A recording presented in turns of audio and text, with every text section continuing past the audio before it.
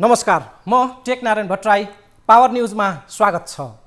एमाले फुटेर नयाँ दल दर्ताको प्रक्रिया अघि बढेपछि न माधव नेपाल पक्षमा न त केपी ओली पक्षमा बरु अलग्गै तेस्रो धार बनेर रहेका नेताहरू अन्तत ओलीकै छत्रछायामा पुगेका छन्।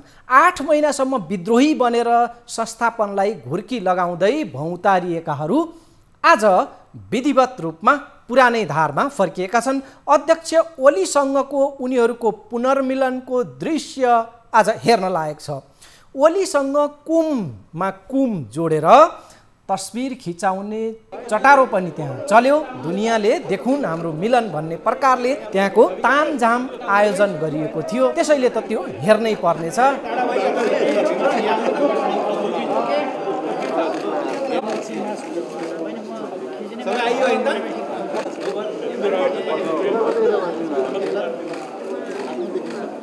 एकदम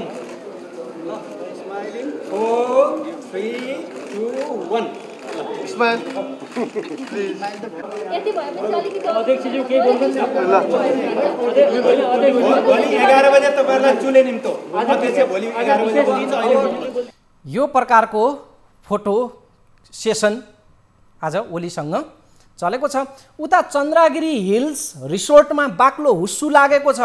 मौसम निकै चिसो छ, तर प्रस्तावित नयाँ पार्टीको जम्बो टोली बोकेर चन्द्रागिरी डाँडामा पुगेका माधव नेपालले त्यहाँको माहौल तताएका छन्। चन्द्रागिरी रिसोर्टमा कोरोना कालपछिकै सम्भवतः सबैभन्दा ठुलो भिड जुटेको छ। त्यसैले त जिल्ला प्रशासन कार्यालय काठमाडौँको ध्यान पनि चन्द्रागिरीले खिचेको छ। निषेधाज्ञा र कोरोना मापदण्ड उल्लङ्घन गरेको भन्दै रिसोर्ट व्यवस्थापनसँग जिल्ला प्रशासन कार्यालयले स्पष्टीकरण सोधेको छ। चन्द्रागिरी रिसोर्ट र माधव नेपालको जम्बो टिममाथि नैतिक प्रश्न उब्जिएको छ। दर्शकवृन्द, उसै पनि माधव नेपाललाई प्रश्न त उठिरहेकै थियो कि ओलीले आफ्ना मान्छे तान्लान् चोर्लान् कि भन्ने डरले सबैलाई जम्मा पारेर रिसोर्टमा पुर्याएको होइन र? यही प्रश्न आज पत्रकारले पनि माधव नेपाललाई सोधेका छन्। त्यसको उत्तर माधव नेपालले दिएका छन्, त्यो पनि हामीले सुन्नेछौँ। के छ त माहौल चन्द्रागिरी डाँडाको? आज त्यो पनि हामीले विस्तारमा हेर्नेछौँ। माधव नेपालको पत्रकार सम्मेलनका हाइलाइट सुन्नेछौँ। माधव नेपालले ओलीसँगको च्याप्टर अब क्लोज भएको बताएका छन्। बागमती प्रदेशकी नवनियुक्त मुख्यमन्त्री अष्टलक्ष्मी साक्यलाई कुन पार्टी रोज्ने हो आफ्नो कित्ता क्लियर गर्न पनि उनले भनेका छन्। बाबुराम भट्टराई जस्तो आफूले कम्युनिस्ट नछाड्ने पनि नेता नेपालले स्पष्ट पारेका छन्। ओलीले त सकेनन्, प्रचण्डले माधव नेपाललाई तलमाथि पार्न सक्लान् भन्दै उनले आफू कसैको इसारामा नचल्ने अठोट सुनाएका छन्। आजको एउटा प्रमुख विषय यही हुनेछ। दर्शकवृन्द, राजनीतिक जात्रादेखि गाई जात्रासम्मका भिडभाड एकातिर बेपरवाह बेलगाम चलिरहेका छन्, अर्कोतिर सडकमा हिँडेका, बसमा चढेका, पसलमा कुरेर बसेका, किनमेलमा जुटेका व्यक्तिलाई छोप्दै तपाईँको मास्क खै भन्दै मास्क नलगाउनेहरूलाई ठाउँको ठाउँ रसिद काटेर, रातो रङको रसिद काटेर जरिवाना तिराइएको छ। यो दुईवटा विरोधाभासपूर्ण दृश्यले प्रहरी प्रशासनलाई कुरी गरिरहेको छ। यस सम्बन्धी सामग्री पनि आज महत्त्वपूर्ण छ। कक्षा 12 को परीक्षा कहिले र कसरी हुँदैछ, कक्षा 11 को पनि परीक्षा के हुँदैछ त्यो पनि अन्यलमा छ। एसईई जुन परीक्षा पछिको अवस्था लगायत कोरोना कालपछि समग्र जुन शैक्षिक क्यालेन्डर प्रभावित बनेको छ, यसका बारेमा आज विशेष सामग्री हुनेछ। संसदीय समितिदेखि राष्ट्रिय परीक्षा बोर्डको ताजा र महत्त्वपूर्ण जानकारी हामीले आज पस्कनेछौँ। परीक्षा नियन्त्रकसँग कुराकानी पनि हुनेछ। अन्यलमा रहेको समग्र शैक्षिक क्षेत्रका सवालमा केही खास जानकारी आजको कार्यक्रममा हामीले पस्कने तय गरेका छौँ। सुरुवात गरौँ सानालाई ऐन ठुलालाई चैन पुष्टि गर्ने एक प्रसङ्गबाट। कोरोनाका कारण होटल व्यवसाय चलाउन दिइएको छैन। विवाह व्रतबन्ध लगायतका जमघट बन्द छ। भोजभतेर गर्न पाइँदैन। स्कुल कलेजहरू ठप्प छन्। काठमाडौँमा त अझ रातिमा गाडी चलाउन समेत बन्देज गरिएको थियो, तर चौतर्फी आलोचना भएपछि त्यो निर्णय आज ठेगानमा ल्याइएको छ, अर्थात् सच्याइएको छ र अब राति 8 बजेपछि पनि गाडी चलाउन पाइने भएको छ आज उपरान्त। कतिसम्म भने पसल कुरेर बसिरहेकाहरूलाई समेत मास्क नलगाएको भन्दै पसलमा घुसेर जरिवाना रसिद काटिएको छ। तर राजनीतिक दलको कार्यक्रम छ भने जति नै भिडभाड भए पनि रोकटोक छैन। कार्यक्रम राजनीतिक ब्यानरमा हुनु पर्यो, बस सबै छुटै छुट छ। चाहे सडकमा भिडभाड गर्नुहोस्, चाहे संसदमा हङ्गामा मचाउनुहोस्, चाहे होटलमा सयौँको जमघट गर्नुहोस्, चाहे होटल रिसोर्टबाटै पार्टी चलाउनुहोस्, चाहे पार्टी कार्यालयमा भिड एकट्ठा गर्नुहोस्, चाहे निजी निवासमा जमघट आयोजना गर्नुहोस्, बस राजनीतिक आड हुनु पर्यो, त्यहाँ राजनीतिक ब्यानर हुनु पर्यो, सबै छुट नै छुट छ। राजनीतिक साइनो छैन भने तपाईँ आफ्नो पसलमा बस्दा होस् वा सडकमा हिँड्दा जहाँसुकै कानुन र प्रहरी प्रशासनको दुश्मन ठहर्नुहुनेछ, तपाईँको कठालो समाइनेछ। सडकमा हिँडेका, बसमा चढेका, पसल कुरेर बसेका, किनमेलमा जुटेका व्यक्तिलाई छोप्दै तपाईँको मास्क खै भन्दै मास्क नलागाउनेहरूलाई जरिवाना तिराइएको छ।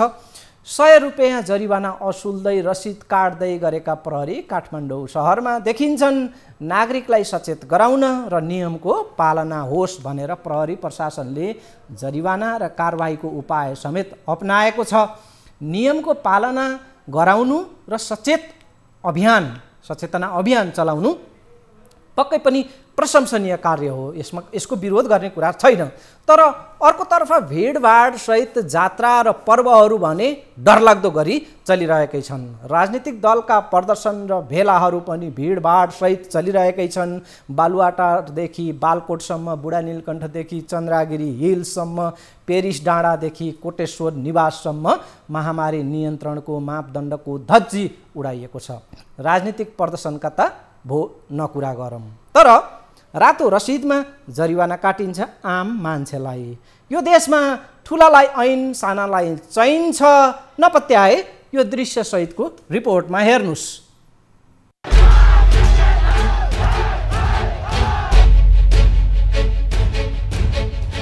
मास्क नलगाएर पसलमा बस्ने व्यापारीलाई प्रहरीले जरिवाना तिरायो। सार्वजनिक यातायातमा मास्क नलगाउनेहरू पनि प्रहरी कारबाहीमा परे। बिना मास्क बाटोमा हिँड्ने सर्वसाधारण पनि प्रहरीको निशानामा परे। कोरोना फैलाउने गतिविधि गरेको कसुरमा व्यक्तिलाई समात्दै प्रहरी प्रशासनले जरिवाना तिराउने गरेको छ। काठमाडौँ जिल्ला प्रशासन कार्यालयको टोलीले काठमाडौँका विभिन्न स्थानमा अनुगमन गर्दै कारबाही बढाएको हो। मास्क नलगाउनेहरूलाई जरिवाना तिराउनेदेखि सम्झाइ बुझाइ गरेर छाड्ने गरेको काठमाडौँका सहायक प्रमुख जिल्ला अधिकारी दीपक पौडेलले बताए। मास्क नलागेको व्यक्तिहरूलाई रु 100 रुपियाँको दरले जरिवाना गर्ने र पैसा तिर्न नसक्ने अवस्थाको मान्छेलाई सम्झाइ बुझाइ गरेर स्वास्थ्य मापदण्ड सम्बन्धी जानकारी समेत हामीले दियौँ र बाटोमा हिँड्दै गर्दाको अवस्थामा कुनै व्यक्तिले मास्क नलाइ हिँडेको रहेछ भने पनि त्यसलाई सम्झाइ बुझाइ गरेर हामीले निःशुल्क रूपमा मास्क वितरण गर्यौँ। महामारी नियन्त्रणका लागि सर्वसाधारण सचेत हुनुपर्ने र स्वास्थ्य मापदण्डको प्रभावकारी कार्यान्वयन हुनुपर्ने प्रहरी प्रशासनको भनाइ छ। व्यक्तिलाई कारबाही गर्ने तहमा उत्रिएको प्रहरी प्रशासनले ठुला भिडभाडलाई भने रोक्न सकेको छैन।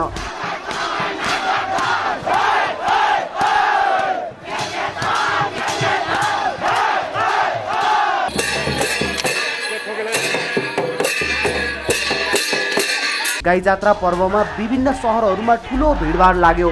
संक्रमण व्यापक फैलाउन त्यो भिड माध्यम बन्न सक्ने चिन्ता व्यक्त गरिएको छ।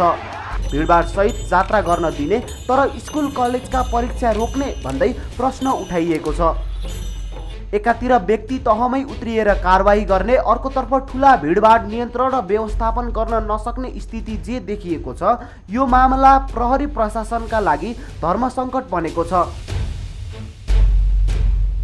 तर्कसङ्गत र व्यवहारिक तहमा नियमको पालना गराउन प्रहरी प्रशासन असक्षम भएको अर्थमा यी विरोधाभासलाई लिन सकिन्छ। अर्को एउटा घटनाक्रमले यही बीचमा निकै चर्चा पाएको छ। जिल्ला प्रशासन कार्यालय काठमाडौँले चन्द्रगिरी हिल्स रिसोर्टलाई स्पष्टीकरण सोधेको छ। माधव नेपाल नेतृत्वको प्रस्तावित नेकपा एकीकृत समाजवादीको भेला चन्द्रागिरी हिल्स रिसोर्टमा चलिरहेकै बेला प्रशासनले स्पष्टीकरण सोधेको हो। निषेधाज्ञाका बेलामा रिसोर्टमा भिडभाड भएको भन्ने गुनासो आएकोले स्पष्टीकरण सोधिएको जिल्ला प्रशासन कार्यालय काठमाडौँले जनाएको छ। सोमबार बेलुकीदेखि चन्द्रागिरी रिसोर्टमा नेकपा एकीकृत समाजवादी पार्टीको केन्द्रीय कमिटी बैठक बसेको छ। बुधबारसम्म उक्त बैठक चल्नेछ। अध्यक्ष माधव कुमार नेपाल सहित सांसद र केन्द्रीय सदस्य गरेर करिब 100 जना नेताहरू चन्द्रागिरी हिल्स रिसोर्टमा कोठा लिएरै बसेका छन्।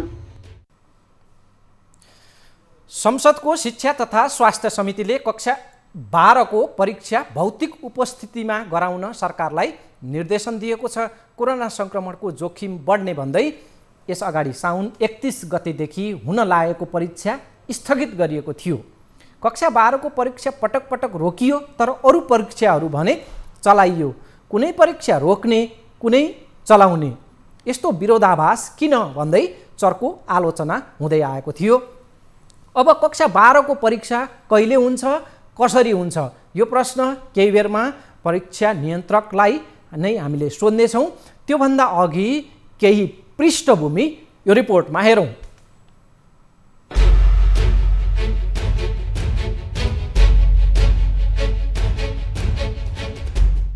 मङ्गलबार सिंहदरबारमा बसेको शिक्षा तथा स्वास्थ्य समितिको बैठकले जनस्वास्थ्यका मापदण्ड पालना गरी भौतिक उपस्थितिमा तत्काल कक्षा 12 को रोकिएको परीक्षा गराउन निर्देशन दिएको छ। शिक्षा विज्ञान तथा प्रविधि मन्त्रालयलाई परीक्षा सम्पन्न गर्ने आवश्यक सबै व्यवस्था मिलाउन निर्देशन दिएको छ। कोभिडको कारणले मात्रै स्थगित भएको, त्यसकारण यो कोभिडको विषयमा खोपको विषयमा पनि सरकारले तयारी गरेका छौँ भनेको छ, तर छिटोभन्दा छिटो खोप व्यवस्थापन गर्नु पर्यो। कहिले कतै विद्यार्थीहरू खोप नलगाउने अनि छुट्ने, त्यसपछि परीक्षामा इन्भल्भ हुन नपाउने पनि हुनसक्छ। यस्ता विषयलाई पनि ख्याल गरेर यो सबैलाई मिलाएर छिटोभन्दा छिटो परीक्षा लिने दिशाले सरकार मन्त्रालय जाओस् भन्ने हामी समितिमा निर्देशन दिन चाहन्छौँ। कक्षा 12 को परीक्षा पटक पटक स्थगित हुँदा विद्यार्थीहरूमा भविष्यप्रतिको चिन्ता र मानसिक असर परिरहेकोले खोपको व्यवस्थापन गर्दै स्वास्थ्य मापदण्ड र भौतिक दूरी कायम गरी यथाशीघ्र होम सेन्टरमै परीक्षा गराउने व्यवस्था गर्ने निर्देशनमा भनिएको छ। समिति सभापति जयपुरी घरतीले अन्य परीक्षाहरू भइरहेको भन्दै कक्षा 12 को परीक्षा पनि गराउन निर्देशन दिएकी हुन्। बैठकमा उपस्थित समितिका सदस्यहरूले स्वास्थ्य मन्त्रालय र शिक्षा मन्त्रालय बीचको समन्वयमा तत्काल परीक्षा गराउनु पर्नेमा जोड दिएका छन्। परीक्षालाई आजको अवस्थाबाट कसरी सुरक्षित बनाउने, विद्यार्थीको मनोवैज्ञानिक सुरक्षा कसरी गर्ने भन्ने कुरा चाहिँ जबसम्म हामीले भ्याक्सिनेट गर्न सक्छौँ स्टुडेन्टलाई, त्यसपछि उसलाई एक खालको मनोवैज्ञानिक सुरक्षा हुन्छ। त्यो मेरो सुझाव त दुवै भ्याक्सिन दिएपछि नै गरौँ। यदि हामी क्यालेन्डर मिट गर्न सक्छौँ भने क्यालेन्डरलाई हामी त्यो क्यालेन्डरभित्र रहेर गर्न सक्छौँ भने दुवै भ्याक्सिन के अरे डोज चाहिँ दिएरै गरौँ। होइन भने पनि कम्तीमा एक डोज लिने कुरालाई चाहिँ सुनिश्चित गरौँ। र त्यसमा चाहिँ कस्तो भन्दा दिने भनेर सूचना प्रवाह गर्ने मात्रै होइन, 12 क्लासको विद्यार्थीले चाहिँ जब ऊ चाहिँ प्रवेश पत्र लिएर जान्छ भने उसलाई भ्याक्सिनेटेड गर्नु पर्यो। र त्यसपछि कति दिनभित्र चाहिँ एक्जाम लिने त, भ्याक्सिनेटेड भएको कति दिनभित्र लिने भन्ने कुराको उठाउ चाहिँ अहिलेदेखि नै गर्नुपर्छ। त्यसको लागि कम्तीमा पनि 15 दिन समय चाहिँ विद्यार्थीलाई दिनुपर्छ, किनकि अहिले अन्यल भइरहेछ। कोरोना संक्रमणको जोखिमका कारण साउन 31 गते तोकिएको परीक्षा सरकारले रोकेको थियो। सरकारले अहिले 12 कक्षाको परीक्षा दिने विद्यार्थीहरूलाई धमाधम कोरोना खोप लगाइरहेको छ। खोपको व्यवस्था गर्न र भौतिक उपस्थितिमा परीक्षा सञ्चालन गरेर विद्यार्थीको शैक्षिक भविष्य सुरक्षित गर्न समितिले निर्देशन दिएको छ। नो भ्याक्सिन नो इक्जाम भन्दै खोप नपाएसम्म परीक्षा नदिने आन्दोलन पनि विद्यार्थीले चलाएका थिए। परीक्षा दिन पद्मकन्या क्याम्पस पुगेका विद्यार्थीले खोप नपाएसम्म परीक्षा नदिने अडान लिएका थिए। कक्षा 12 को परीक्षा अब कहिले हुन्छ र कसरी हुन्छ, यति बेलाको यो सर्वाधिक चासोको विषय बनेको छ। परीक्षा नियन्त्रक कृष्ण प्रसाद शर्मा हामीसँग प्रत्यक्ष सम्पर्कमा जोडिँदै हुनुहुन्छ। सरलाई स्वागत छ। धन्यवाद। परीक्षाबारे यति बेला सर्वत्र चासो छ, अब कहिले र कसरी परीक्षा हुन्छ, के छ तयारी? भौतिक रूपमै परीक्षा सञ्चालनको लागि हामीले चाहिँ पूर्व तयारीहरू सम्पूर्ण तयारी अवस्थामै थियौँ। कोभिड-19 को महामारीको कारण नेपाल सरकारले अहिले नगर्ने कि भनेर निर्देशन प्राप्त भए अनुसार हामीले यो परीक्षालाई स्थगित गरेका हौँ। अब कक्षा 12मा पढ्ने विद्यार्थीहरू अध्ययन गर्ने विद्यार्थीहरू करिब हाम्रो 3,74,000 विद्यार्थी सङ्ख्या छ। त्यसमा करिब 850 जना मात्रै 18 वर्ष नपुगेका हुन् र अब सरकारले जुन निर्णय गरेर भ्याक्सिन उपलब्ध गराउने जुन प्रतिबद्धता जनाएको छ, अब भ्याक्सिन उपलब्ध गराए पश्चात अब हामीले छिट्टै नै कम्तीमा 15 दिनको सूचना दिएर हामीले परीक्षा सञ्चालन गर्ने हामीले चाहिँ तयारी गरेका छौँ। लगभग कहिलेदेखि परीक्षा सुरु होला, किनभने विद्यार्थीहरूले त्यो अनुसारको तयारी गर्नु पर्यो, एक खालको मनोवैज्ञानिक रूपमा तयार हुनु पर्यो। अब मैले यहाँबाट भन्दाखेरि हामीले कम्तीमा पनि यो दसैँ घटस्थापनाभन्दा अगाडि नै यो परीक्षा सम्पन्न गर्ने हामी तयारीमा छौँ। अब हामीले भ्याक्सिन 2-4 दिनभित्रमा भ्याक्सिन लगाइसक्छन्, सम्पन्न भइसक्छ होला। त्यसपछि हामीले स्वास्थ्य मन्त्रालयसँग हामी समन्वय गरेर यस विषयमा सल्लाह गरेर हामी समय तालिका तोक्छौँ।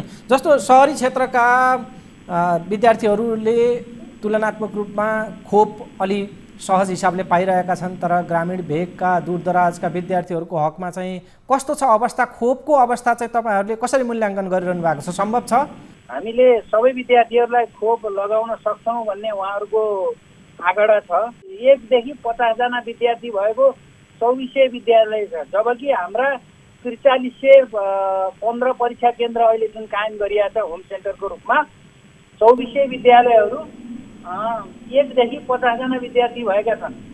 दुर्गम गाउँहरूमा सोसल डिस्टेन्सको हेल्थ प्रोटोकलको लागि समस्या छैन। 3,74,000 मध्ये 35% विद्यार्थी सङ्ख्या भएको क्षेत्र भनेको काठमाडौँ उपत्यका हो।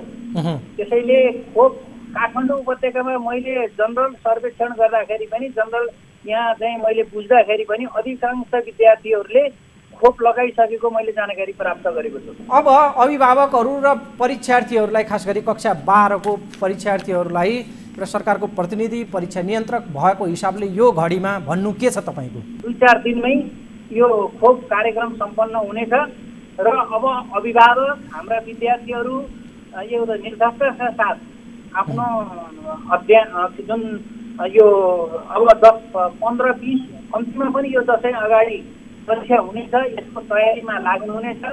समय नै विद्यार्थीको परीक्षा भौतिक रूपमै परीक्षा लिनेछ भन्ने विश्वास दिलाउन चाहन्छु। अब म फेरि पनि एकचोटि निश्चय गर्न चाहन्छु, अघि पनि यहाँले भन्नुभयो जे होस् घटस्थापना अगाडि नै कक्षा 12 को परीक्षा हुन्छ। हो। राष्ट्रिय परीक्षा बोर्डका परीक्षा नियन्त्रक कृष्ण प्रसाद शर्मासँगको यो कुराकानीले खास गरी कक्षा 12 का विद्यार्थी र अभिभावकहरू र अथवा शैक्षिक क्षेत्रका सम्बन्धित पक्षमा चाहिँ पक्कै पनि लाभ पुग्यो होला भन्ने हाम्रो अपेक्षा छ। दर्शकवृन्द, 8 महिनासम्म विद्रोही बनेर भौतारिएका एमाले नेताहरू अन्ततः ओलीकै छत्रछायामा पुगेका छन्। कस्तो देखियो त त्यो माहौल? पुनर्मिलनको त्यो दृश्य हामीले केही बेरमा देखाउनेछौँ र उता चन्द्रागिरी डाँडामा माधव नेपालको के छ गतिविधि उनका पनि हामीले कुरा सुन्नेछौँ। अहिले लिगौँ छोटो विश्राम। लाइफबोय हात धुने समयका साथमा लाइफबोय। ब्रेकपछि स्वागत छ। माधव नेपाल नेतृत्वको प्रस्तावित नयाँ दल नेकपा एकीकृत समाजवादीको बैठक चन्द्रागिरी डाँडामा चलिरहेको छ। नयाँ पार्टी गठन प्रक्रिया अघि बढेसँगै माधव नेपालबाट टाढिएर ओलीतर्फ लहसिएका तेस्रो धारका नेताहरू भने यता काठमाडौँ खाल्डोमा 8 महिनापछि पुरानै धार र लयमा फर्किएका छन्। काठमाडौँ खाल्डोमा हामी पछि आउँला, पहिले पुगौँ चन्द्रागिरी डाँडामा। हुस्सु लागेको त्यो चिसो डाँडाबाट माधव नेपालको तातो जवाफ केपी ओलीमाथि लक्षित छ। उनले आफ्नो नयाँ पार्टीको अबको दिशा र गति के हुन्छ त्यसबारेमा पनि केही भनेका छन्। यो सुनौँ। निष्कासन गरिसकेपछि हाम्रो सामु अरू कुनै विकल्प बाँकी रहेन। निष्कासित भइसकेपछि हामीले कि त घुँडा टेक्नु पर्थ्यो, चुप लागेर सडकमा बस्नु पर्थ्यो, कि त हामीले अर्को क्रान्तिकारी पार्टी निर्माण गरेर हाम्रो नेपाली राजनीतिको कम्युनिस्ट आन्दोलनको इतिहासमा विद्रोहीहरूले नै सफलता हासिल गरेको विगतको इतिहास, दक्षिणपन्थी अवसरवाद पराजित हुँदै गएको त्यो इतिहासलाई हामीले साक्षी राखेर नयाँ कदम चाल्ने काम गरेका छौँ र त्यसको निम्ति भोलि 9 गतेका दिनमा त्यसको शनाखत गर्नका लागि बोलाइएको छ। हामी शनाखत गर्नेछौँ हामीसँग 20% बढी सङ्ख्यामा भएका केन्द्रीय कमिटीका सदस्य भनिएको छ। सङ्ख्या हाम्रो दुईटै संसदमा पनि 20%भन्दा बढी हुन्छ, केन्द्रीय कमिटीमा पनि 20%भन्दा बढी हुन्छ। अब केपीको किता एकतिर भएको छ र अर्को क्रान्तिकारी किता अर्कोतिर भएको छ र कम्युनिस्ट पार्टीको पुनर्गठनको नयाँ अभियान सुरु भएको छ र यो कम्युनिस्ट पार्टीको पुनर्गठित कम्युनिस्ट पार्टीले अब अरू वामपन्थी पार्टीहरूसँग बद्धसँग भोलि चुनावी तालमेल पनि गर्नेछ। हामीलाई घर न घाटको बनाउने षड्यन्त्र भइरहेछ, न यता जान दिने न उता जान दिने, न केपी ओलीको गतिविधिलाई अन्त्य गर्ने रोक्ने केही पनि नगर्ने। अनि त्यसपछि चाहिँ यो मौका समाप्त गरिदिने, अनि त्यसपछि अनि हामीलाई सबै किसिमको आन्दोलनबाट वञ्चित पुर्याउने पार्ने खालको षड्यन्त्रलाई हामी छिर्छौँ। अझै पनि कतिपयलाई यो जेठ 2 गते टेक्निकल कुरा मात्रै हो। यो एउटा बहाना पाउने र छिर्ने, यो बहाना पाएर छिर्ने होइन।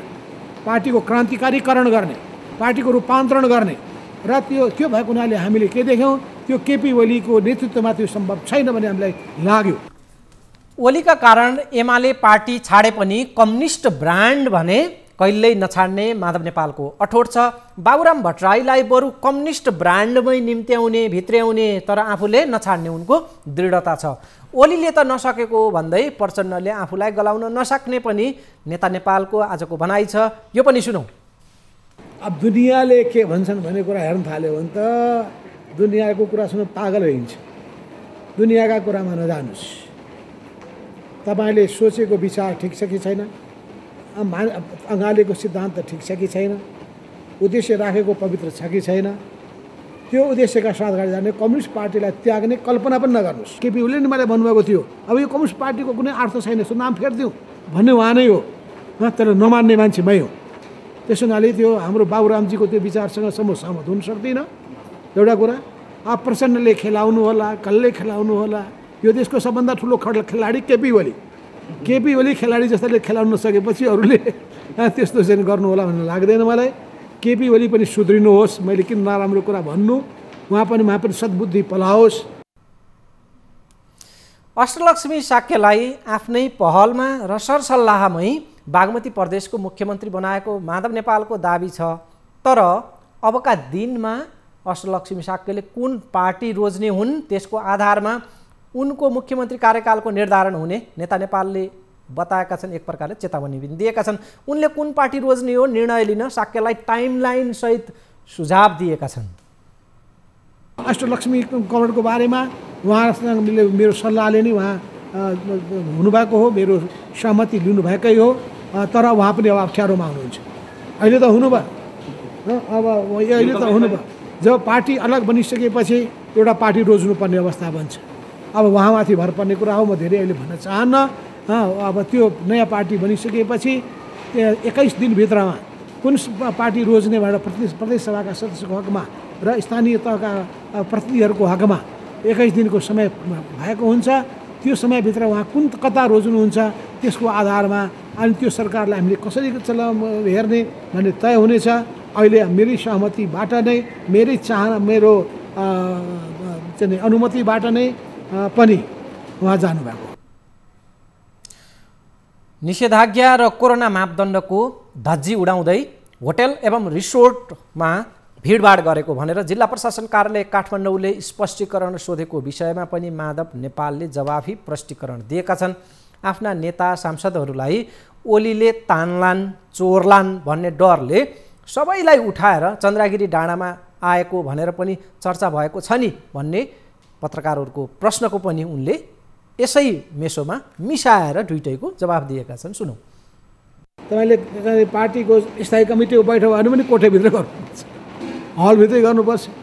केन्द्रीय कमिटीको बैठक पनि कुनै हलभित्रै गर्नुपर्छ होला, राष्ट्रिय भेला पनि हलभित्रै गर्नुपर्छ होला। त्यसो भए कार्की ब्याङ्कवेटमा सबैलाई बन्दी बनाइयो, बन्दी भइगयो नि राष्ट्रिय कार्यकर्ता बेला हुँदाखेरि।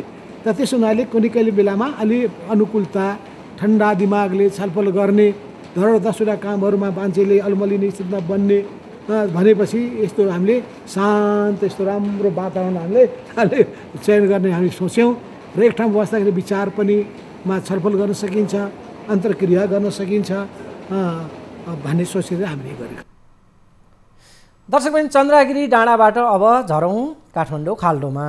प्रमुख प्रतिपक्षी दल नेकपा एमालेमा पुनर्मिलन झल्काउने दृश्य आज देखिएको छ। हेर्न लायक छ त्यो दृश्य। एमालेका विद्रोही खेमाका नेताहरू 8 महिनापछि केपी शर्मा ओलीको अध्यक्षतामा बैठकमा सामेल भएका छन्। यो प्रकारले उनीहरूको सहभागिता आज 8 महिनापछि जुरेको छ। पछिल्ला दिन न ओली पक्ष न माधव नेपाल पक्षमा रहेर अलग्गै तेस्रो धार बनाएका नेताहरू अन्ततः ओली नेतृत्वमै यसरी गाभिएका छन्। माधव नेपालसँग मिलेर समानान्तर पार्टी अभ्यास गर्दै आएका र अध्यक्ष ओलीको विरोधमा रहेका 10 जना स्थायी कमिटी सदस्यहरू ओलीसँगै मिलेर अघि बढ्न सहमत भएका हुन्। 10 बुँदे कार्यान्वयनमा अध्यक्ष ओली प्रतिबद्ध भएको भन्दै अब ओली नेतृत्व स्वीकार्नका लागि उनीहरू अब अनुकूल वातावरण भएको उनीहरूको प्रतिक्रिया छ। हिजो ओली निवास बालकोटमा उनीहरूको बैठक पनि बसेको थियो र त्यहाँ 10 बुँदे कार्यान्वयन गर्ने ओलीको वचनपछि उनीहरू पार्टीमा आजको स्थायी कमिटी बैठकमा सामेल हुन राजी भएका हुन् र 8 महिनापछि उही पुरानै लयमा उही धारमा उनीहरूको संलग्नता यस प्रकारको देखिएको छ। पार्टीभित्र उत्पन्न विभिन्न समस्याहरूका कारण लामो समय बैठकमा सहभागी हुन नसक्नुभएका स्थायी कमिटीका 10 जना कमरेडहरू समेत सहभागी भएर यो बैठक पार्टी एकताको बैठकको रूपमा, पार्टी एकताको सुदृढीकरणको एउटा विशेष बैठकको रूपमा सम्पन्न भएको छ। 10 बुँदे प्रस्तावलाई सन्दर्भ सामग्रीका रूपमा मातहत कमिटी तथा पार्टी सदस्यहरू समक्ष प्रेषित गर्ने। पार्टीको विधान महाधिवेशन यही असोज 4, 5 र 6 गते काठमाडौँमा गर्ने र पार्टीको 10औं राष्ट्रिय महाधिवेशन 2078 साल मङ्सिर 10, 11 र 12 गते काठमाडौँमा आयोजना गर्ने निर्णय गरिएको छ। नेकपा एमालेबाट विभाजित भएर अलग्गै पार्टी दर्ता गर्ने प्रयास गरिरहेका कमरेडहरूलाई हामी आग्रह गर्छौँ, मुलुकका सामु उपस्थित असाधारण सम्भावना र अकल्पनीय चुनौतीप्रति संवेदनशील रहँदै, पार्टीका काँधमा उपस्थित ऐतिहासिक अभिभावनाप्रति सचेत रहँदै, असफलता अवश्यम्भावी रहेको त्यस्तो गलत र हानिकारक बाटो छोडेर पार्टी एकतामा आबद्ध हुनुहोस्, आफ्नो मूल घरमा फर्किनुहोस्। विभाजनकारी गतिविधि र छुट्टै दल दर्ताको प्रक्रियाबाट अलग भएर पार्टी एकतामा योगदान गर्ने कमरेडहरूलाई पार्टीमा हार्दिक स्वागत गरिनेछ। यसअघिका कुनै पनि क्रियाकलापलाई लिएर पूर्वाग्रह नराखिने र भेदभाव वा कारबाही नहुने पनि स्पष्ट पार्न चाहन्छौँ। के तत्त्वले, के प्रवृत्तिले, के कुन कुराले उहाँहरूलाई उत्प्रेरित गर्यो त्यो त समयक्रममा खुल्दै जाला, किनभने विभाजनको कुनै पनि प्रयास नेपालमा सम्भव भएको छैन, सफल भएको छैन। नेकपा एमालेको हकमा, नेपाली काङ्ग्रेसको हकमा, नेकपा माओवादीको हकमा विभाजनका सारा प्रयासहरू असफलतामा गएर टुङ्गिएका छन्। त्यो पनि असफल हुनु अनिवार्य छ, तर आज उहाँहरू त्यो कुरा पुनर्विचार गर्ने मुडमा हुनुहुन्न। हामीले 10 बुँदे गरेको भनेकै उहाँहरू सहितको एकताका लागि ध्यानमा राखेर गरेको हो, तर हामी बोलाइरहने, उहाँहरू भागिरहने। अब भाग्दै जाँदा अहिले चन्द्रागिरी पुग्नुभएको छ। सभामुखले सभामुखको भूमिका खेल्नु भएन। किन मुलुकमा 2टा कानुन छ हो, टोपबहादुर रायमाझी, रामबहादुर थापा, लेखराज भट्ट, गौरीशङ्कर चौधरी, प्रभु शाहलाई सम्बन्धित पार्टीले कारबाही गरेको सूचना के अरे जानकारी दिँदा पत्र बुझाएपछि तत्काल कारबाही हुने, तर नेकपा एमालेको तर्फबाट औपचारिक निर्णय गरेर पठाउँदाखेरि कारबाही नहुने। के देशमा 2टा कानुन हो कि सभामुखले भन्नु पर्यो देशमा 2टा कानुन छ, नेकपा एमालेको निम्ति एउटा छुट्टै कानुन छ, बाँकी पार्टी अहिलेको परमादेशबाट बनेको यो गठबन्धनका लागि छुट्टै कानुन छ, छुट्टै संविधान छ भन्नु पर्यो कि उहाँले भन्नु पर्यो म सभामुख होइन, हिजोको युद्धकालीन माओवादी नेता हुँ, म माओवादीको कार्यकर्ता हुँ भनेर भन्नु पर्यो। उहाँले जे गर्नुभएको छ संविधानको बरखिलाफ गर्नुभएको छ, संसदीय अभ्यासको बरखिलाफ गर्नुभएको छ, एउटा पार्टीलाई लक्षित गरेर पूर्वाग्रहपूर्ण र कानुनले नचिन्ने नमान्ने खालका क्रियाकलापहरू गर्नुभएको छ। पुस 5 गते प्रतिनिधि सभा विघटन भएपछि उनीहरू ओलीले बोलाएको कुनै पनि बैठकमा सहभागी भएका थिएनन्।